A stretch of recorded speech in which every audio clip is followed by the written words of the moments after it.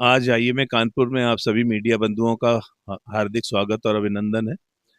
आज हम लोग एकत्रित हुए हैं आईएमए और chest physicians, national college of chest physicians के सहयोग से एक वर्कशॉप कार्यशाला का आयोजन 8 नवंबर को यहीं आईएमए के प्रांगण में किया जा रहा है, जिसमें देश के नामी चेस्ट फिजिशियंस हमारे डॉक्टर एस के कटियार साहब, जो कि मेडिकल कॉलेज के प्रोफेसर, प्रिंसिपल एवं डीन रहे हैं और कानपुर के नामी चेस्ट फिजिशियन हैं, उनके द्वारा ये कार्यशाला आयोजित की जा रही है।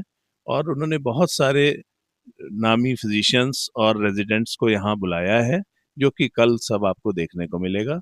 मैं आग्रह करूंगा कटियार सर से कि मीडिया को संबोधन करें।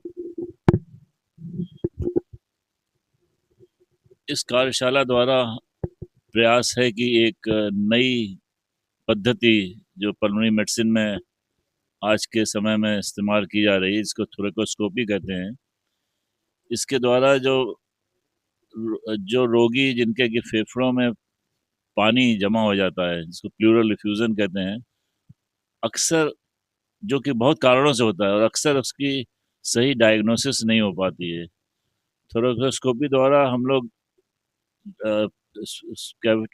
जहाँ पे ये पानी भरा होता है उस पॉकेट के अंदर एक एंडोस्कोप डाल करके पानी निकाल करके और वहाँ पे पूरा स्थिति को देख करके वहाँ से जांच कर लेते हैं, बायोप्सी कर लेते हैं, जिससे कि उसकी सही डायग्नोसिस होकर के सही चिकित्सा संभव हो पाती है। इसके अलावा जो जिन रोगियों में पानी की जगह पस पड़ जाता है, उसमें फेफड़ा ट्रैप हो जाता है, पूरे एक जाल जैसा बन जाता है, उसको वहाँ से साफ करके निकाल करके और उसको दोबारा लंग उसका फैल जाता है।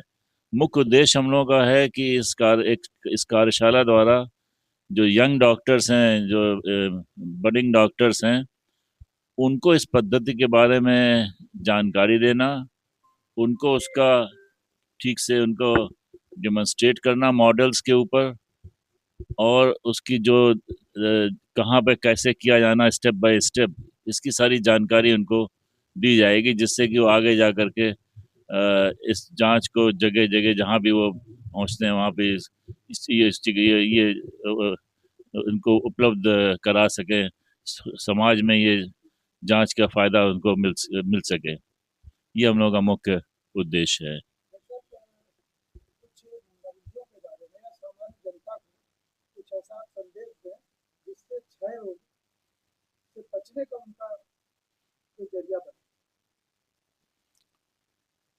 सही आपने कहा, क्षय रोग एक ऐसा रोग है जो कि रोगी से रोगी को फैलता है, और यदि प्रयास किया जाए तो इस रोग से बचा जा सकता है। इसके लिए आवश्यक है कि जो जिन रोगियों को क्षय रोग है, टीबी है, वो इसकी चिकित्सा अच्छी तरीके से करें, क्योंकि जो इसके जीवाणु होते हैं वो खांसने से फैलते हैं।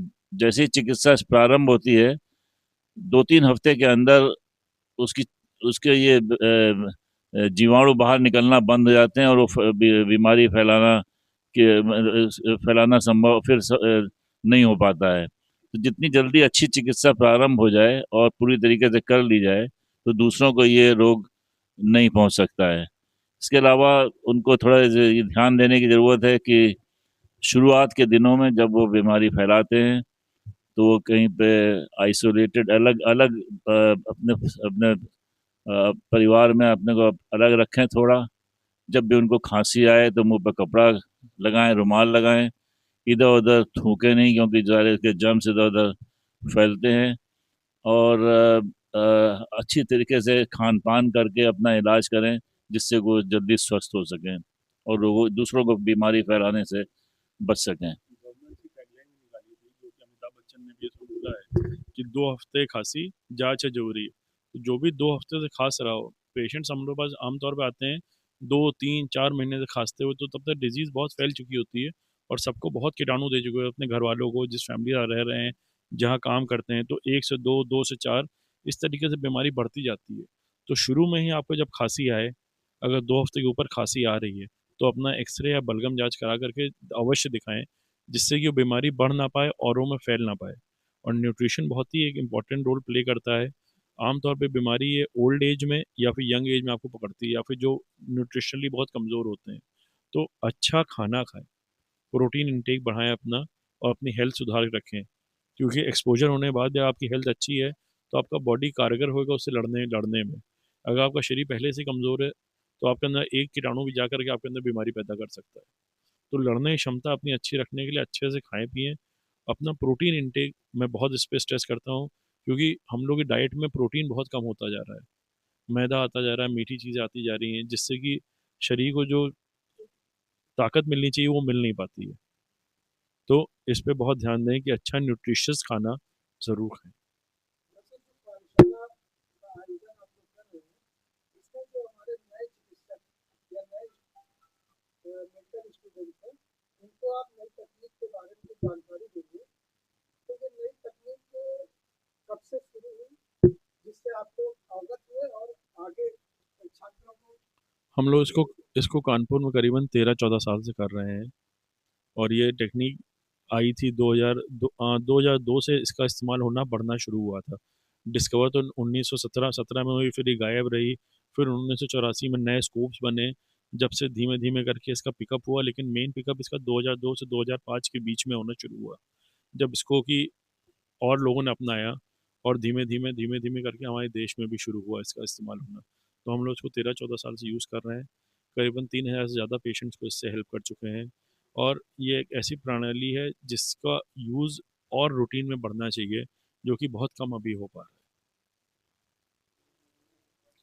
वैसे थोड़ा सा मुझे बताइए कि जो कार्यशाला हो रही है, इसमें आईएमए, हमें लगता है कानपुर आईएमए पूरे इंडिया में, क्योंकि हम लोग समाचार से रिलेटेड है, सब देखा करते हैं, जितना एक्टिव कानपुर आईएमए है किसी भी बीमारी में, जन जागरूकता में, तो इसमें आप लोग इतना सहयोग जो करते हैं, किस उद्देश्य से करते हैं? कानपुर आई में वर्षों से ये काम करता आ रहा है, और कानपुर आई में और उसके जो चिकित्सक हैं, हमारे बहुत सारे वरिष्ठ चिकित्सक पूरे कानपुर नहीं, उत्तर प्रदेश नहीं, देश नहीं, विदेश तक में अपना नाम कर चुके हैं। जिसमें कि एक हमारे साथ डॉक्टर कटियार सर बैठे हैं, डॉक्टर ए प्रसाद सर हैं। ये ऐसे ऐसे डॉक्टर्स हमारे पास हमारे आईएमए में हैं, जिन्होंने चिकित्सा की नई नई विधियों प्रणालियों को अपने स्टूडेंट्स के माध्यम से और अपने लेक्चर्स और कॉन्फ्रेंसेस के माध्यम से उत्तर प्रदेश, इंडिया और विदेशों तक पहुंचाया। तो हम लोग बहुत खुशकिस्मत है कि हमारे डॉक्टर्स बहुत टैलेंटेड हैं, और आईएमए कानपुर हमेशा से समाज हित में काम करता आ रहा है। और हमारा एक उद्देश्य है कि जो भी हम चिकित्सा शिक्षा प्राप्त करते हैं, हम समाज हित पे लोगों तक पहुंचा पाएँ, जिससे कि समाज बीमार होने से बचे और हम स्वस्थ समाज की एक रचना कर पाएँ। तो ये हम लोग की कोशिश है, निरंतर जारी है, आगे भी चलती रहेगी। वैसे आप वर्तमान में जुड़े गए हैं, जी सर।